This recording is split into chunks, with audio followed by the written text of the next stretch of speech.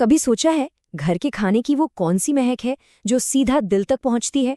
वो हमेशा तीखी मिर्च की जलन नहीं होती, नहीं, बल्कि एक हल्की गर्माहट से भरी खुशबू होती है जो जैसे कहती है सब ठीक है।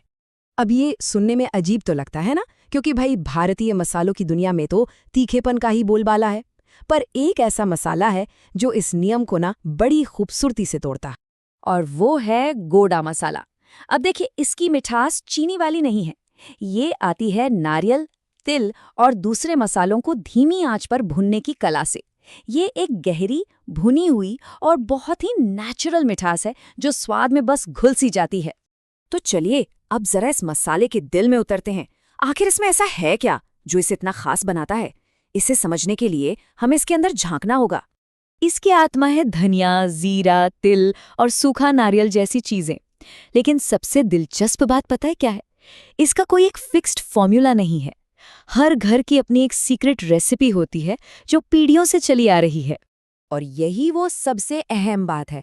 घोड़ा मसाले का मकसद जबान को जलाना नहीं है, बल्कि खाने में एक सौम्य गर्मी और गहरी सुगंध लाना है। सीधी सी बात है, ये स्वाद बढ़ाने के लिए है, जलाने के लिए नहीं। ठीक है, तो ये तो हो गई इसके अंदर की बात, पर इसका करते क्या है, इस्तेमाल कहाँ होता है? चलिए देखते हैं कि कैसे ये मसाला रोजमर्रा के महाराष्ट्रियन खाने में जान डालता है। वरण भात या आमटी जैसे सादे आरामदायक खाने के बारे में तो घोड़ा मसाले के बिना सोचा भी नहीं जा सकता। असल में ये वही मसाला है जो एक साधारण सी दाल को भी किसी दावत जैसा महसूस कराता है। कई घरों में तो इसके बिना आमटी बनती ही नहीं है, सवाल ही नहीं उठता।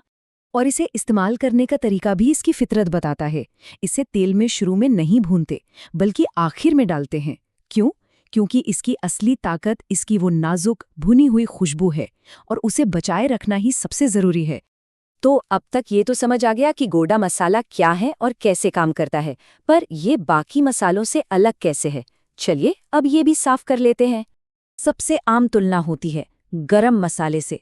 तो देखिए, जहां गरम मसाला अपने तेज और तीखे अंदाज के लिए जाना जाता है, वहीं गोड़ा मसाला अपनी मीठी, सौंधी और शांत प्रकृति के लिए। मतलब एक तूफान है तो दूसरा शांत हवा का झोंका। और बात सिर्फ गरम मसाले की नहीं है। महाराष्ट्र के ही दूसरे दमदार मसाले देखिए। काला मसाला, मालवणी, कोल्हापुरी, ये सब अपने तीखेपन के लिए मशहूर हैं। और उन सब के बीच गोड़ा मसाला अपनी सौम्यता के साथ एकदम शान से खड़ा है, बिल्कुल अनोखा। चलिए अब बात को थोड़ा और आगे ले जाते हैं।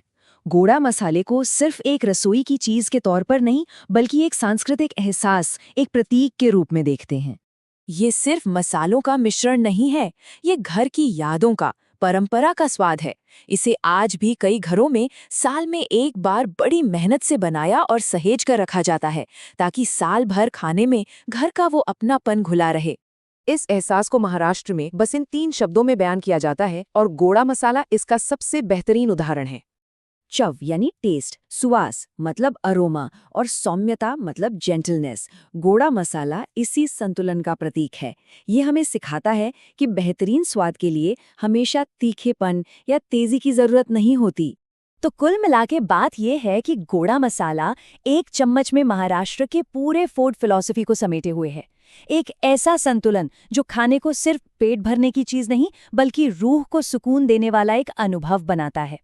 और जाते जाते ये एक सवाल कि हर घर की रसोई में एक ऐसा ही तो गुप्त स्वाद होता है जो उस घर के खाने को सबसे अलग बनाता है।